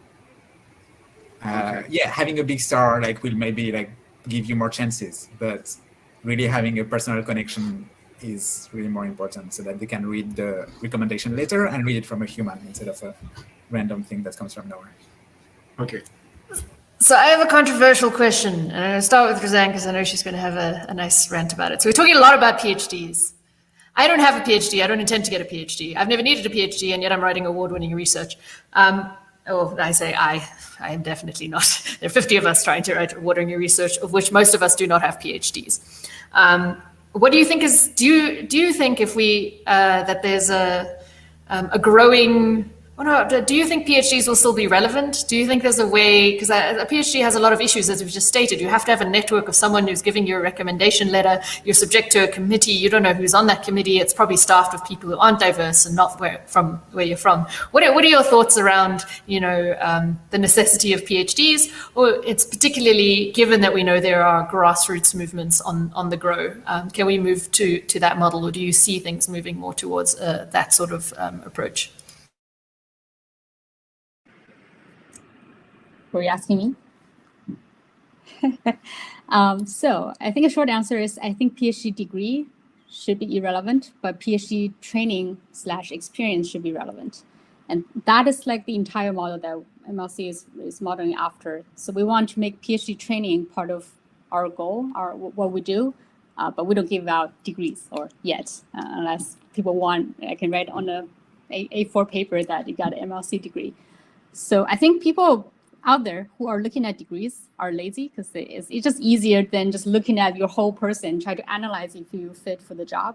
But then if there's a one line saying you have a PhD, it's just easier. Like probably 80% of whoever having that line already passed some kind of criteria. But if we are willing to look down to like every single quality of a person and then compare them to this job description, the degree doesn't matter. The like actual skills they learned from PhD matters.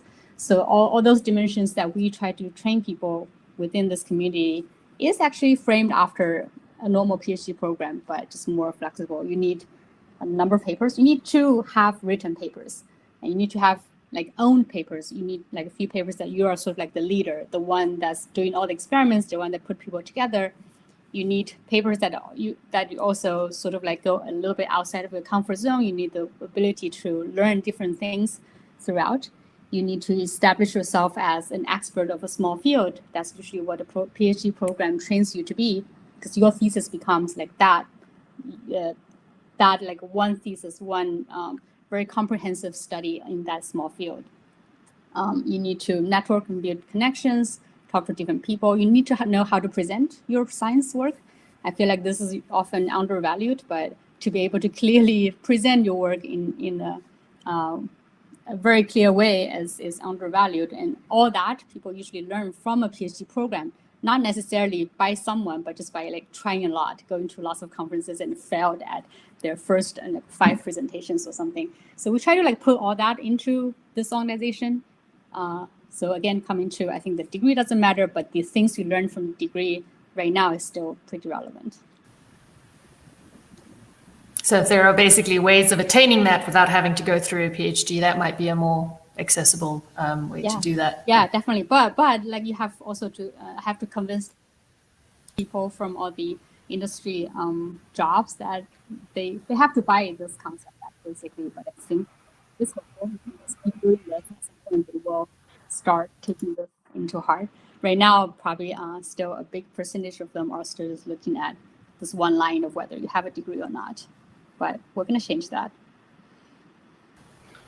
So I'm aware we're a little bit over time, but I do want to ask if anyone else has sort of comments or similar thoughts around that. So me, what I wanted to see was what would be the real use of those other degrees? Because I think currently we are in a more systematic system. Why? There are, for instance, things that master's students can do, but industries like, I don't know, big industry, maybe Facebook or Google or those big companies will require a PhD to be able to apply for a job that someone from in his master or with just a master can do. So I think it's trying to see really like degrees matters, yes, but I also think like experience, life experience, work experience matters more. So if someone has a master, for instance, and then has, I don't know, 2, 3, 4 many years of experience, I don't know if it will be relevant to say, okay, that they might qualify as someone or as a position where PhD is required. Because actually you learn also very lot more by being exposed to, than just being stick to one topic or just being learning at school or things like that. Archie, what are your thoughts? I have many thoughts about this, but I'll try and summarize it into one sentence. So I think the reality is we do still live in a world where people don't necessarily understand the context of specific PhD research or how actually a PhD is actually obtained or a master's is obtained. So when we are thinking of it from a job recruiter perspective, for them, those titles mean everything, right? Because then they can automatically do a tick box exercise and say, look, this person has acquired a PhD, so they must know what they're talking about. But the reality is, unfortunately, the reality could be that just because you have a PhD doesn't necessarily mean that you are the expert in a field. You do have that degree, but it doesn't necessarily always do all the checkbox, which is sad, but does happen. And you might find people who don't have the title and are actually the expert in the field. So the reality of the situation we're in at the moment is that people do still look for that tick box exercise. So if we can get to a point where like a PhD program or a master's program is more democratized and people can actually gain the skills without having to go through these very difficult programs, then that would be great. That's the ideal world. But unfortunately, we aren't in a world like that. So if like grassroots communities can help with getting that sort of exposure to the programs, that would be great.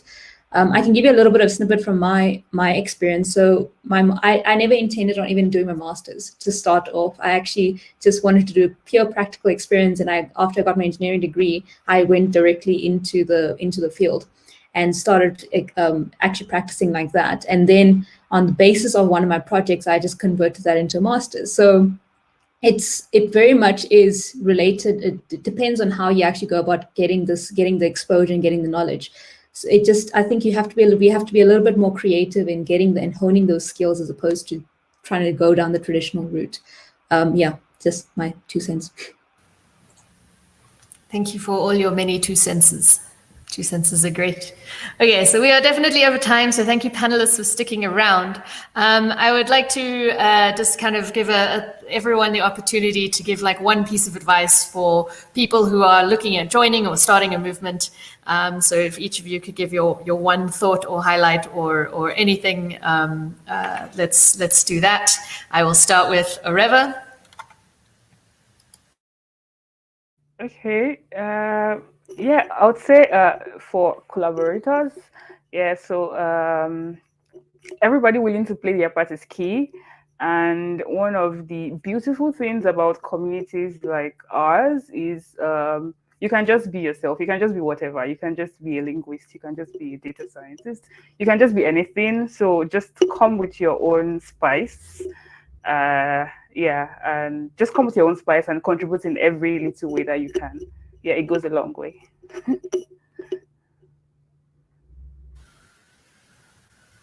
Awesome. Yassine, what are your thoughts, final thoughts and advice?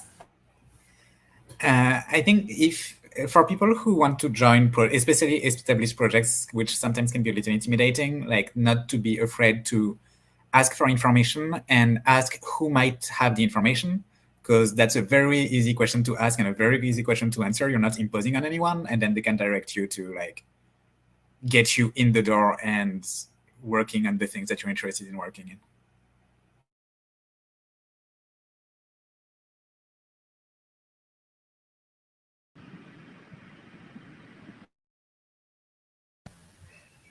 I apologize for all the technical difficulties because I just hover over things and then a little thing pops up and says I can unmute people and then I end up muting and unmuting everyone. So I've been doing that to literally all of you and I'm sorry. Razan, what are your thoughts?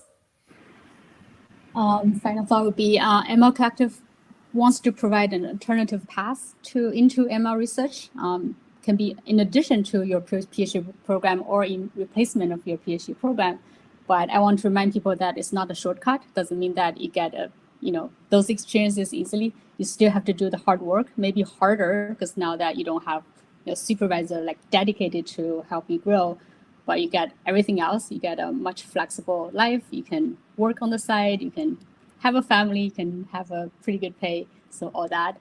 And it's an experiment. So we want people come in to help us build this space. It's not just my space. It's everyone's community. Bana?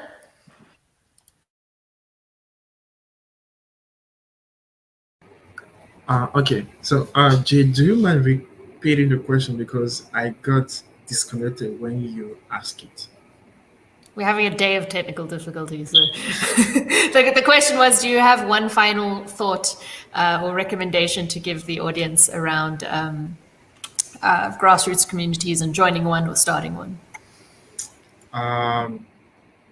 So I'll talk about my experience, and I will like to tell anybody in the audience who is like me, young, passionate about research and everything, that they should not really get like, let me say, afraid or intimidated by all the trend going, because mostly people who publish are like what PhD student or things like that. But joining a community where you have those like you have mentors, people who are already advanced in the field, like Masakhane community, and giving you enough mentorship could help you and really boost your career. I am an example. Chris is an example.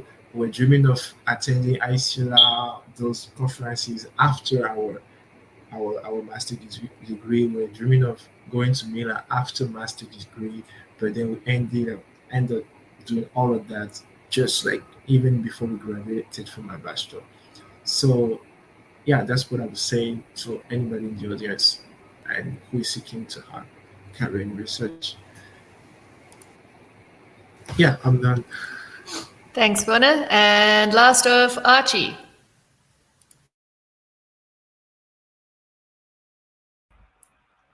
I'm also having technical difficulty. So my final thought is essentially, I know it is difficult. I know it's very difficult to leave your imposter syndrome out the door and to be fearless and to actually like go about creating these big communities. But having been one of the, with Chris and I trying to put the Sisonke together, what we've realized is people are actually a lot more open than you think they are. And people are actually willing to come together and create something. So I think, yes, definitely leave the fear out the door and try and network as much as possible. Feel free to create the communities that you think are worthwhile creating and try and bridge as many gaps as possible, because that's kind of what we have to build our community towards. We're not going to be able to function in silos. And if we can start creating more of these communities where people feel free to come together and communicate around the different approaches, then go for it. I think there's no better opportunity than creating grassroots community around this. That's my final thought. Yay! Okay, thank you so much to our panel. I know it's late on a Friday, but what a wonderful end. Or it's early if you're in New York and Seattle and San Francisco, of which it seems most of our panel actually is. So thank you for joining, and thank you to our audience for joining for the whole day. I hope you're all excited and going to go join Sisonke and MLC and Big Science and Masakhane and any of the other groups that are around. I guess the bit that matters.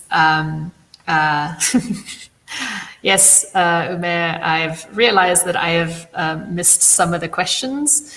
So I might ask the panelists if they'd be willing to type up some of the questions. So I know we did one, an answer for the second one because Bona brought it up. And I think the last one we've sort of covered in terms of finding, meeting people with interests and passions. I think we've covered. So maybe we can just respond to Umair's question via chat, just because we've already rounded it off. Unless someone wants to quickly answer this last one. So the last question, which Umair asked, was, in summary, he's busy doing an MSc in AI. Should he start a grassroots AI movement now? He doesn't have experience, that much experience organizing. He is starting in a field that he doesn't think is super popular right now. What is the panel's recommendations on that? Sure, why not? I mean, one quick thing is that also you don't have to aim for the moon right away, right? You can have like a reading group with like 3 people that are interested in the topic, and then more people will join as it's running. Yeah, that's a good point. Actually, MLC started with a reading group. Yeah, that's all we do. Masakhane started with a reading group. Oh, there were 2 of us. We used to go to restaurants and bars and read papers. And we did that for a year, and then only at some stage did we say, okay, let's turn this into a, like, we need to scale this out.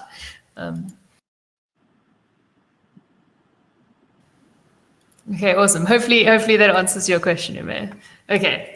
In the interest of time, as much as I would like one day to all sit in a room with you guys, and one day in the future this will happen when we're all attending some conference somewhere, hopefully the Indaba. That would be great. And we can all hang out with you guys and everyone in the audience. So yes, thanks for hanging out, and look forward to seeing the audience in all the groups, and look forward to chatting to all of you again soon. Thanks, Jade, for hosting. Thanks, everyone. So awesome. Thanks, Jade. Thanks, everyone. Thanks, everyone. And Chris. Bye. Bye.